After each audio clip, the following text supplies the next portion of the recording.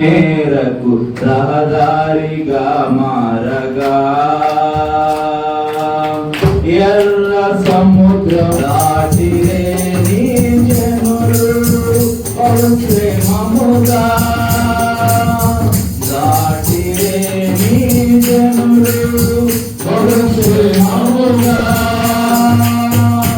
ఆ జలములలోనే శత్రు సైన్యము మునిగిపోయనే ఆ జలములలోనే శత్రు సైన్యము మునిగిపోయనే కృపా సత్య సంపూర్ణుడా సర్వలోకానికే చక్రవర్తివి నీవే యేసయ్యా సర్వలోకానికే చక్రవర్తివి నీవే యేసయ్యా నూతన క్రియలు చేస్తున్నానని నీవు సెలవీయగా నూతన క్రియలు చేస్తున్నావని నీవు సెలవీయగా నా జీవితమే సుఖ సౌఖ్యము కాగా నారణ్యరోదన ఉల్లాసముగా మారిపోయనే నారణ్యరోదన ఉల్లాసముగా మారిపోయనే.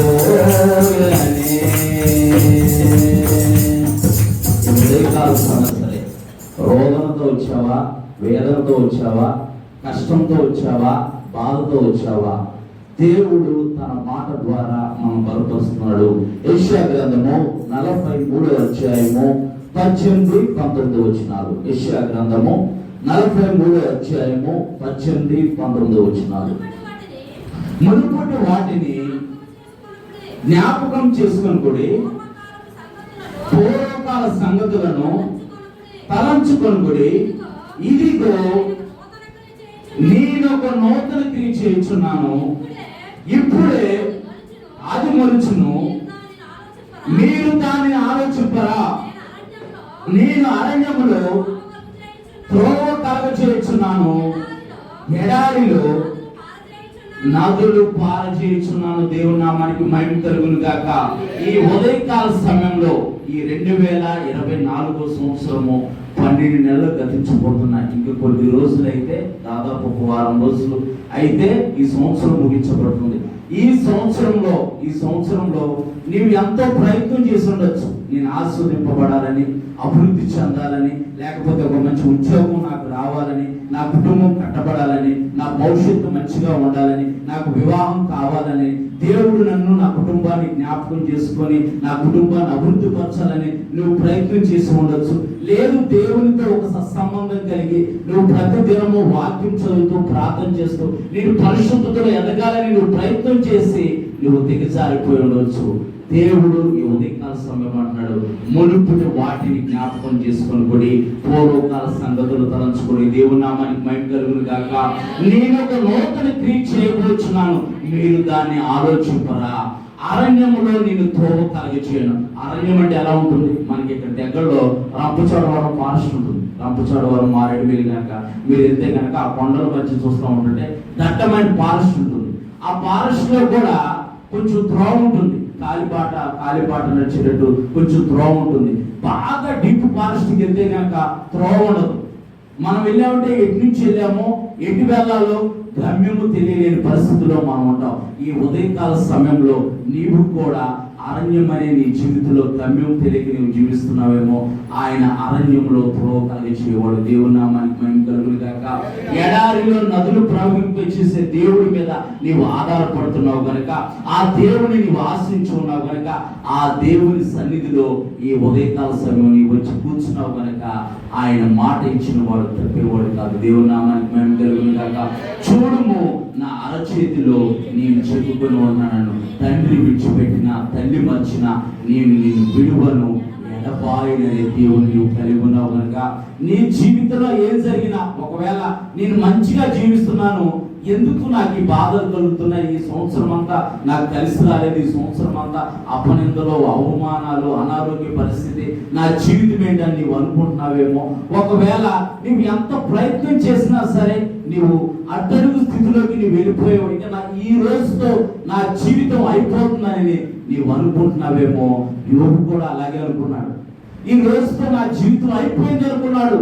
ఒక్క రోజునే యోబు పరిస్థితి అంతా చాలా విచ్ఛిన్నం అయిపోయింది. ఆస్తిని పోగొట్టుకున్నాడు, కుటుంబాన్ని పోగొట్టుకున్నాడు, భార్య తనే మిగిలేదు. భార్య వచ్చేసి ఎందుకు ఈ బ్రతుకు, నువ్వు దేవుని దృష్టించి చనిపో అని అన్నా సరే యోబు దేవుని యందు నమ్మకం కలిగి ఉంచాడు కనుక, యోబు దేవుడి మీద ఆధారపడ్డాడు కనుక, యోబు మునుపుడు వాటిని జ్ఞాపకం చేసుకోకుండా 200 ఆశీర్వాదాన్ని పొందుకోవడానికి ప్రభు చూపించాడు. దేవుని నామానికి మహిమ కలుగును గాక. నీ జీవితంలో ఒక దేవుడు నన్ను శిక్షిస్తున్నాడని, యోబులాగా దేవుడు నన్ను శిక్షిస్తున్నాడని నీవు అనుకుంటున్నావేమో. ఆయన తండ్రి తన కుమారుడు జాలిపడినట్టు ఆయన జాలిపడే దేవుడు. తండ్రి తన కుమారుడు గద్దించినట్టు ఆయన గద్దించే దేవుడు. కానీ మన జీవితాలు నాశనం అయిపోవాలి, మన జీవితము అవమానాలు పాలవ్వాలని దేవుడు కోరుకోడు కనుక మునుపటి వాటిని జ్ఞాపకం చేసుకుని పూర్వకాల సంగతులు తలంచుకుని, ఇదిగో నేను ఒక నూతన క్రియ చేయబోతున్నా. ఎప్పటి వరకు నీ పరిస్థితి ఎంతో విచ్ఛిన్నమైపోయినా, అట్టడుగు పరిస్థితిలోకి వెళ్ళిపోయినా సరే దేవుడు 2025 సంవత్సరంలో నూతనమైన కార్యాన్ని నీ జీవితంలో చేయబోతున్నాడు. నూతనమైన ఆరంభాన్ని మీకు ఇవ్వబోతున్నాడు. మిమ్మల్ని ఎవరైతే చూసి అవమానించారో, ఎవరైతే మీ మీద నిందలు వేశారో వారే అంటారు, నీవు ఆశ్రయించిన దేవుడు గొప్పవాడు, నీవు నమ్మిన దేవుడు గొప్పవాడు, మా కొరకు కూడా ప్రార్థన చేయవా అనే సాక్ష్యాన్ని దేవుడు మీ జీవితంలో కలిగి చేయబోతున్నాడు. మరి దేవుడు మన జీవితాన్ని ఆస్వాదించాలనుకుంటున్నాడు, దేవుడు మన జీవితాన్ని అభివృద్ధి పరచాలనుకుంటున్నాడు, దేవుడు మన జీవితాల్లో నూతనమైన కార్యాలు చేయాలనుకుంటున్నాడు. మరి మనం ఎలా ఉండాలి? మనం ఎలా ఉండాలి చూద్దాం. ఒక 3 పాయింట్లతో 3 పాయింట్లు చూద్దాం. దేవుడు కుటుంబంలో సమాధానం కలిగి చేసి మనల్ని ఆస్వాదించాలని అంటే, మన జీవితంలో దేవుడు నూతనమైన కార్యాలు చేయాలంటే మనం ఏం కలిగి ఉండాలో చూద్దాం. ఒకసారి 51వ కీర్తన 10వ వచనం. 51వ కీర్తన 10వ వచనం నేను చదువుతున్న సమయం లేదు కనుక, దేవా నా యందు శుద్ధ హృదయము కలిగి చేయము, నా అంతరంగములో స్థిరమైన మనస్సు నూతనముగా పుట్టించుము. స్థిరమైన మనసు కలిగి ఉండాలి. ఇది రాసింది ఆషామాషి వ్యక్తి కాదు, ఇది రాసింది దావీదు మహారాజు రాశాడు. దేవా శుద్ధ హృదయం నాకు కలిగి చేయము, నా అంతరంగంలో స్థిరమైన మనస్సు నూతనంగా పుట్టించు. అంటే అప్పటి వరకు దావీదు మనసు స్థిరంగా లేదా? అప్పటి వరకు దావీదు స్థిరంగా లేడా అని అంటే, దావీదు స్థిరంగా ఉన్నాడు, కానీ దావీదు మనసు స్థిరం లేకపోవడం వల్ల దావీదు పాపంలో చోటించి పాపంలో పడిపోయి దేవుని ఎదుట తలదించుకునే పరిస్థితిలో ఉన్నాడు. అందుకే దావీదు అంటున్నాడు, దేవా శుద్ధ హృదయము నాకు కలిగి చేయము, నా అంతరంగంలో స్థిరమైన మనసు నూతనముగా పుట్టించుము. స్థిరమైన మనసు కలిగి ఉంటే స్థిరమైన ప్రార్థనా జీవితాన్ని కలిగి ఉంటాం. స్థిరమైన మనసు కలిగి ఉంటే స్థిరంగా దేవుని యొక్క వాక్యాన్ని ధ్యానించే మనసు కలిగి ఉంటాం. స్థిరమైన మనసు కలిగి ఉంటే దేవుని సంఘంలో స్థిరంగా నాటబడతావు. స్థిరమైన మనసు కలిగి ఉంటే దైవజనుడిని ప్రేమిస్తావు, దేవుని ప్రేమిస్తావు, నీ ఇరుగు పొరుగు వారిని ప్రేమిస్తావు, సంఘాన్ని ప్రేమిస్తావు. దేవుని నామానికి మహిమ కలుగును గాక. ఏది స్థిరం లేదంటే బాడీ ప్రెజెంట్, మైండ్ ఆబ్సెంట్. మనం ఇక్కడే ఉంటాం, మన ఆలోచనలు ఎక్కడో ఉంటాయి, మన ఊహలు ఎక్కడో ఉంటాయి. ఇక్కడ దావీదు మహారాజు అంటున్నాడు, నా యందు శుద్ధ హృదయం కలిగి చేయము, నా అంతరంగంలో స్థిరమైన మనసు నూతనముగా పుట్టించుము. నీవు దేవుని యందు స్థిరమైన మనసు కలిగి ఉంటే, సౌలు స్థిరమైన మనసు కలిగిన వాడిగా లేడు. సౌలు కూడా సమూయేలు ప్రవక్త ద్వారా పరిశుద్ధ తైలంతో అభిషేకించబడి దేవుని యొక్క స్వాస్థ్యం అంతటి మీద అధిపతిగా రాజుగా ఎంచబడితే, ఒక నూతనమైన మనసును పొందుకొని ఆ మనసును కట్టుబడి జీవించడం మానేసి దేవుని ఎదుట దైవజనుడి ఎదుట అబద్ధాలు ఆడటం మొదలుపెట్టాడు. దేవుణ్ణి మోసం చేయడం మొదలుపెట్టాడు. దేవుడు అన్నాడు, నీకు కొత్త మనసు వచ్చింది, నీకు కొత్త మనసు కలిగి నీవు జీవిస్తావనంటే కొత్త మనసును పొందుకొని దేవుని ఆజ్ఞను అనుసరించి నడవడం మానేశాడు. మనసును పొందుకోవడం ఒక ఎత్తైతే దేవుని యొక్క వాక్యానికి కట్టుబడటం ఒక ఎత్తు. దేవునితో సత్సంబంధం కలిగి జీవించడం ఒక ఎత్తు. దావీదు దేవుని హృదయానుసారుడే, అయినా పాపానికి చోటించి పాపంలో పడిపోయినా సరే దావీదు అది గుర్తిరిగి, ప్రభా నా మనసు స్థిరంగా లేదు ప్రభా, నా మనసు స్థిరంగా ఉండేలాగా స్థిరమైన మనసు నాకు దయచేయి ప్రభా అన్నాడు. దేవుని నామానికి మహిమ కలుగును గాక. ఈ ఉదయకాల సమయంలో మన మనసు ఎలా ఉంది? ఈ ఉదయకాల సమయంలో మన మనసు ఎలా ఉంది? నీవు స్థిరమైన మనసు కలిగి ఉంటే స్థిరమైన ప్రార్థనా జీవితాన్ని కలిగి ఉంటాం. ఎన్ని అవరోధాలు వచ్చినా, ఎన్ని అడ్డంకులు వచ్చినా, ఎన్ని ఇబ్బందులు వచ్చినా సరే మనం ఉదయకాల సమయంలో లేవగానే మన పనులు చేసుకోవడానికి మనం పరిగెత్తుతాం, కానీ దేవునితో గడపడానికి మన సమయం. స్థిరమైన మనసు కలిగి ఉంటాం అంటే దేవునితో సంబంధం కలిగి ఉంటాం. చూద్దాం ఒకసారి మొదటి పేతురుకు రాసిన పత్రిక 4:1. మొదటి పేతురుకు రాసిన పత్రిక 4:1. క్రీస్తు శరీరమందు శ్రమపడిన గనుక అట్టి మనసును మీరు ఆయుధముగా ధరించుకోండి. అంటే క్రీస్తుకు కలిగిన మనస్సును మనం ఆయుధంగా ధరించుకోవాలి. ఎప్పుడైతే క్రీస్తుకు కలిగిన మనస్సు ఆయుధంగా నువ్వు ధరించుకుంటావో నీ తలంపులకి, ఆలోచనలకి కాపుదలగా ఉంటుంది. దేవుని నామానికి మహిమ కలుగును గాక. ఒకవేళ క్రీస్తుకు కలిగిన మనస్సు నువ్వు ఆయుధంగా ధరించుకోకపోతే ఇష్టానుసారమైన ఆలోచనలు, ఇష్టానుసారమైన ప్రవర్తన కలిగి మనం జీవిస్తాం. మన జీవితాల మీద పాపము ఏర్పాటు చేస్తుంది. పాపం ద్వారా వచ్చే జీవితం మరణము. మరణానికంటే ముందు దేవుడి కార్యాలు మన జీవితాల్లో ఆగిపోతాం. ఈ ఉదయకాల సమయంలో నీవు స్థిరమైన మనసు, ప్రభా ఇప్పటి వరకు ఈ సంవత్సరం అంతా ఒకవేళ నేను స్థిరంగా లేను, నా మనసు స్థిరంగా లేదు, నేను ఉండాలని ప్రయత్నం చేస్తున్నాను, ఉండలేకపోతున్నాను ప్రభా, నీవే నన్ను జ్ఞాపకం చేసుకొని స్థిరమైన మనస్సు నాకు ఇవ్వు ప్రభు అంటే దేవుడు తప్పకుండా నీకు స్థిరమైన మనసు కలిగజేసి దేవుడు నిన్ను ఆస్వాదిస్తాడు. దేవుడు నామానికి మహిమ కలుగును గాక. 2 కొరింథీయులకు రాసిన పత్రిక 5:17. 2 కొరింథీయులకు రాసిన పత్రిక 5:17.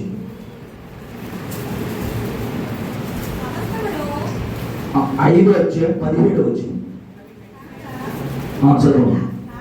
కాగా ఎవడైనను క్రీస్తు నందు ఉన్నాడలా వాడు నూతన సృష్టి, పాతవి గతించును, ఇదిగో కొత్తవాయను, సమస్తమును క్రొత్తవాయను. చాలమ్మా, ఇక్కడ దేవునికి వాక్యం ఏమంటుందంటే, కాగా ఎవడైనా క్రీస్తు నందు ఉన్నాడలా వాడు నూతన సృష్టి, పాతవి గతించును, ఇవిగో క్రొత్తవాయను. మొట్టమొదటిది నూతనమైన మనసు కలిగి ఉండాలి.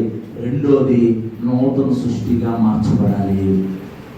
మార్చబడ్డామా? నూతన సృష్టిగా మార్చబడ్డామని అనుకుంటున్నామా? కాగా ఎవరైనా క్రీస్తు నందున్నడలా వాడు నూతన సృష్టి, పాతవి గతించును. మన జీవితాల్లో పాతవి గతించాయా, లేకపోతే గతించినట్టే ఉందా మన జీవితం? ఆ పాతవి లోపలే ఉండిపోయి శరీరం ఒక్కటే నూతనమైందా? దేవుని వాక్యం అంటుంది మత్తయి సువార్త 9:16-17. మత్తయి సువార్త 9:16-17. ఎవరును పాతబట్టకు కొత్త బట్ట మాసిక వేడు వేసిన గల ఆ మాసిక బట్టను వెతులు వెలుతుపరచును, చినుకు మరీ ఎక్కువను. దేవుని నామానికి మహిమ కలుగును గాక. మనం నూతన సృష్టిగా మార్చబడిన తర్వాత మళ్ళీ పాతవి మన మీద ఏలుబడి చేస్తున్నాయా? పాతవి మనలో దాగి ఉన్నాయా? ఎవడైనా పాత బట్టకు కొత్త మాస్క్ వేయడంట. ఒకవేళ మాస్క్ వేస్తే కనుక ఆ బట్టలని వెలుతుపరచగానే కనపడిపోతుంది అక్కడ. అలాగే మన జీవితాల్లో కూడా మనము దేవుని యొక్క కృప ద్వారా నూతన సృష్టిగా మార్చబడ్డాము. అది దేవుని వరమే అని దేవుని యొక్క వాక్యం చెబుతుంది. మరి దేవుడు వరం మనకు అనుగ్రహించినప్పుడు, మనం నూతన సృష్టిగా మార్చబడినప్పుడు మరి పాతవి మన జీవితాల్లో ఉంటున్నాయా? ఇదిగో సమస్తము నూతనమాయను అని దేవుని యొక్క వాక్యం చెబుతుంది. అంటే మన ప్రవర్తన, మన నడవడిక, మన ఆలోచన, మన మాట తీరు, మన చూపు సమస్తము నూతనపరచబడాలి. ఇప్పుడు ప్రజెంట్ ప్రస్తుతం లోకంలో మనల్ని ఎందుకు అని అంటే అన్ని చేయాలి, ఎందుకు అభయాలు చేస్తున్నారు, ఎందుకు అవమానపరుస్తున్నారు అంటే మన నడవడికతో బాగులేదని మనం అవమానపరుస్తున్నారు. వీళ్ళు ఆదివారం మట్టికే క్రైస్తవులు, మరి మిగతా వారాలు మిగతా రోజులంతా ఆదివారం మట్టికే పరిశుద్ధులు అని అంటున్నారు. మరి మిగతా రోజులు కాగా ఎవడైనా క్రీస్తునందు వలన వాడు నూతన సృష్టి, పాతవి గతించును, ఇదిగో సమస్తము కొత్తవాయను.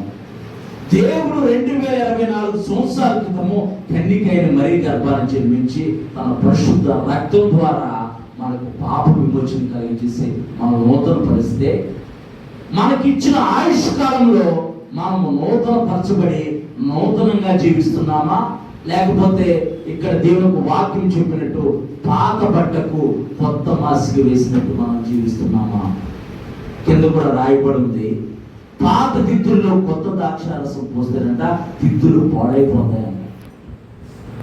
మనం రోజు వాడే పాలగిని మనం ఎంత శుభ్రంగా కడుక్కుంటాం. ఒకవేళ శుభ్రంగా కడుక్కోకుండా మరుసటి రోజు కాఫీ కానీ టీ కానీ పెట్టినా, లేకపోతే పాలు పెట్టిస్తున్నా పాలు ఏమైపోతాయి? ఇరిగిపోతాయి. మరి రోజు వాడి జీవన విధానంలో వాడే ఒక పాత్రే మనం శుభ్రంగా కడిగి అంచులు మట్టికి అంచులు కానీ పక్కన కానీ ఏదైనా ఉందా, పోయిందా లేదా అనేది స్టీల్ పీసు ఆ పీసెస్ శుభ్రంగా రుద్ది 2-3 సార్లు చూసుకొని, ఎందుకనంటే పాలు డబ్బులు పెట్టి కొన్నాం కనుక, 35 రూపాయలు పాలు ప్యాకెట్ డబ్బులు పెట్టి కొన్నాం. మరి దేవుడు తన పరిశుద్ధ రక్తంతో మనం కలిగాడు కనుక మరి మనం నూతన పరచబడినట్టు ఉంటున్నామా, నిజంగానే నూతన పరచబడ్డామా? ఒకవేళ నిజంగానే నూతన పరచబడితే కనుక ఇదిగో సమస్తము కొత్తవాయను, నూతనమైన కార్యాలు మీ జీవితంలో జరుగుతాయి. దేవుని నామానికి మహిమ కలుగుగాక. చివరి మాట చూసుకొని ముగించుకుందాం. చివరి మాట ఎఫెసీయులకు రాసిన పత్రిక 4:24. ఎఫెసీయులకు రాసిన పత్రిక 4:24. నీతియు యథార్థమైన భక్తి గలవారై దేవుని పోలికగా సృజింపబడిన నవీన స్వభావమును ధరించుకోవడం దేవుని నామానికి మహిమ కలుగును గాక. మొట్టమొదటిది స్థిరమైన మనసు కలిగి ఉండాలి. రెండోది నూతన సృష్టిగా మార్చబడాలి. మూడోది నవీన స్వభావం కలిగి ఉండాలి. దేవుని నామానికి మహిమ కలుగును గాక. ఒకవేళ నవీన స్వభావాన్ని మనం ధరించుకోకపోతే ప్రాచీన స్వభావాన్ని ధరించుకున్నదని దేవుని వాక్యం చెబుతుంది. నీ జీవితంలో మునుపటి వాటిని దేవుడు జ్ఞాపకం చేసుకోవద్దంటున్నాడు. ఇదిగో నేను ఒక నూతన క్రియలు చేయబోతున్నాను, నూతనమైన ఆరంభాన్ని మనకి ఇవ్వాలని దేవుడు ఆశీర్వదిస్తున్నాడు. అరణ్యంలో త్రోవ కలిగి చేయవాడు నేనే అంటున్నాడు. ఎడారిలో నీటి ఓటలు పుట్టించి సముద్రం వల్లే ప్రవహింప చేయవాడు నేనే అంటున్నాడు. కనుక ఎడారి లాంటి మన బ్రతుకులో, అరణ్యం లాంటి మన జీవితాల్లో దేవుడు కార్యాలు చేయాలంటే నవీన స్వభావాన్ని మనం ధరించుకోవాలి. ప్రాచీనమైన స్వభావాన్ని, పాపపు స్వభావాన్ని మనం విడిచిపెట్టి దేవుని యందు స్థిరమైన మనసు కలిగి నూతన సృష్టిగా మార్చబడి నూతనమైన స్వభావాన్ని మనం ధరించుకొని మనం జీవిస్తే కనుక దేవుడు రానున్న రోజుల్లో మీ జీవితాన్ని అనేకులకు ఆశీర్వాదకరంగా మారుస్తాడు. దేవుని నామానికి మహిమ కలుగును గాక. చిన్న ప్రార్థన చేసుకుందాం. ప్రేమ నమ్మకం కలిగిన పరలోకపు తండ్రి, ఈ పరిశుద్ధమైన అత్యున్నతమైన నామాన్ని బట్టి మీకు వందనాలు, కృతజ్ఞతాస్తుతులు, స్తోత్రాలు తండ్రి. ఈ ఉదయకాల సమయంలో ప్రభా ఈ వాక్కు ద్వారా మీరు మాతో మాట్లాడారని మేము నమ్ముతున్నాం ప్రభా. అయ్యా ఈ సంవత్సరం అంతా ప్రభా మా మనసులు స్థిరంగా లేవేమో, మా స్వభావాలు సరిగ్గా లేవేమేమో అయ్యా ఒక్కసారి మమ్మల్ని మీరు జ్ఞాపకం చేసుకొని అయ్యా నూతనమైన కార్యాలు మా జీవితంలో మీరు చేస్తారంటున్నారు. ఆయన నూతనమైన పాత్రగా అయ్యా మాలో ఉన్న ప్రతి స్వభావాన్ని నీ పరిశుద్ధమైన రక్తంతో కడిగి ఈ ఉదయకాల సమయంలో ప్రభా కూడి వచ్చిన ప్రతి జీవితాన్ని ప్రభా మీరు ఆస్వాదించి అభివృద్ధిపరిచి, మరి ముఖ్యంగా ఈ దాసులు, దైవ సేవకులు జోసెఫ్ గారిని మీరు జ్ఞాపకం చేసుకోండి, వారి కుటుంబాన్ని మీరు జ్ఞాపకం చేసుకోండి, ఈ పరిచర్యని సంఘాన్ని మీరు జ్ఞాపకం చేసుకొని అనేకులకు ఆస్వాదకరంగా మీరు ఆస్వాదించి మీకు వర్ధిల్లింపచేయమని యేసు పరిశుద్ధ నామములో ప్రార్థిస్తున్నాం తండ్రి. ఆమేన్. నాకు ఈ అవకాశం ఇచ్చిన దైవ సేవకులకు హృదయపూర్వకమైన వందనాలు తెలియజేస్తున్నాను.